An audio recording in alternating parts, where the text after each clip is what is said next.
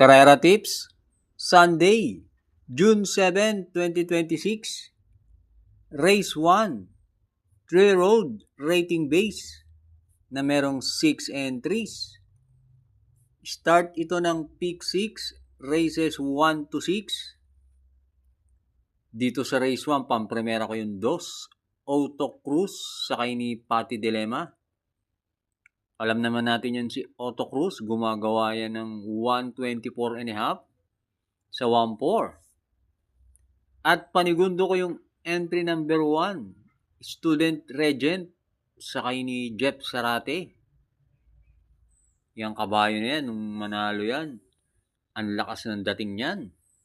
At sa tingin ko, kung milya ang karera, pwedeng panolo yan. Pero dahil 1-3 lang ang distansya, kaya panigundo ko lang yan. Kaya dito sa race 1, pampremera 2, Auto Cruz, panigundo 1, Student Regent. Race 2, PJC Invitational na merong 7 entries. Start ito ng winner take all, races 2 to 8. Dito sa race 2, pampremera ko yung 7, Heritage, sakay ni RC Baldonido. Malamang yan ang malamado. At lately, consistent ang tinatakbo ni Heritage. At panigundo ko yung entry number 5, Go Getting, sakay ni Pabs Cabalejo. Last run, maganda tinakbo niyan. Hindi pa nga maganda ang alis niyan, pero kala ko mananalo yan nakaraan. At pantersero ko yung entry number 6, Alpamis, sakay ni JB Pilitro. 49 lang ang dala, kaya tingin ko may panalo rin yan. Kaya dito sa race 2, pampremera 7, Heritage. Panigundo 5, Go Getting. Pantersero 6, Alpamis. Race 3, Pilrocom Rating Base Class 3, 57 to 70, split. Distance 1,650 meters na merong 7 entries. Start ito ng peak 6, races 3 to 8. Dito sa race 3, sosolohin ko na yung 7, Windfall, sakay ni Eminem Gonzalez. Last run, baka nanibago lang yan nung natalo siya kay Sky Warrior. At dito, tingin ko, solo ere naman siya. Kaya dito sa race 3, solo 7, Windfall.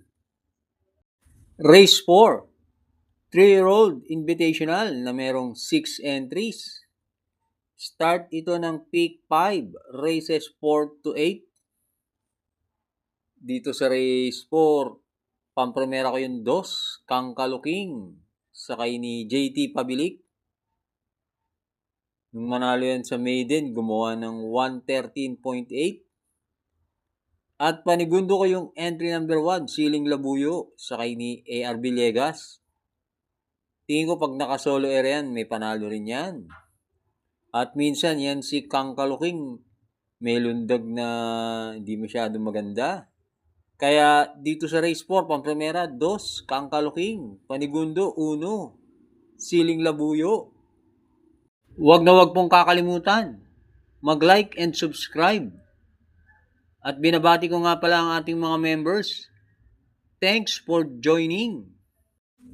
Race 5, Pilrocom Rating Base Class 3, 57 to 70. Distance 1,650 meters na merong 7 entries. Start ito ng peak 4, races 5 to 8.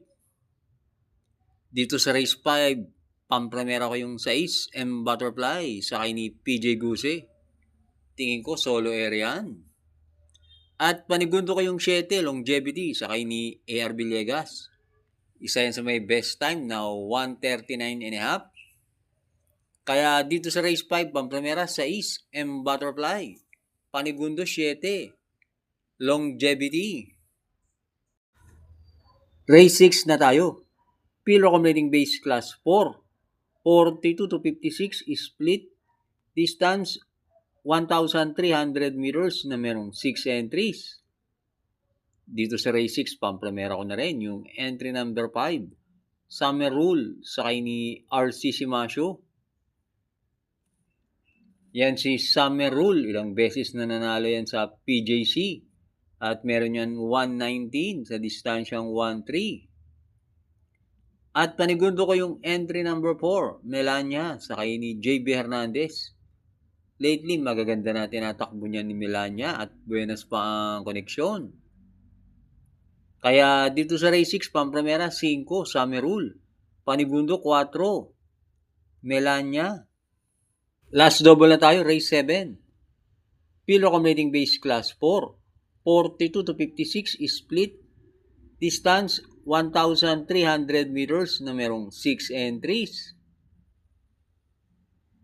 Dito sa race 7, solohin ko na yung entry number 1, Jack 14, sakay ni JB Bakaykay.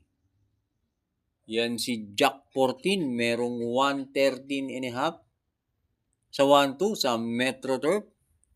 At medyo maganang nakalaban niya ngayon. Kaya dito sa race 7, solo 1, Jack 14. Race 8 ang ating last race. Pure accumulating base class 3, 57 to 70 is split. Distance 1,650 meters na merong 7 entries. Dito sa race 8, pampremera ko yung 4, Usir, sakay ni JB Hernandez. Angkop sa kanya ang distansyang 1,650. At panigundo ko yung 7, Frugality, sakay ni CM Pilapil. Tingin ko naman, solo ere sa unahan yan. Kaya dito sa race 8, Pampramera 4, Usir, panigundo 7, Frugality. Thanks for watching. Lalong-lalo na sa mga laging nakasubaybay. Good luck and happy racing sa inyo.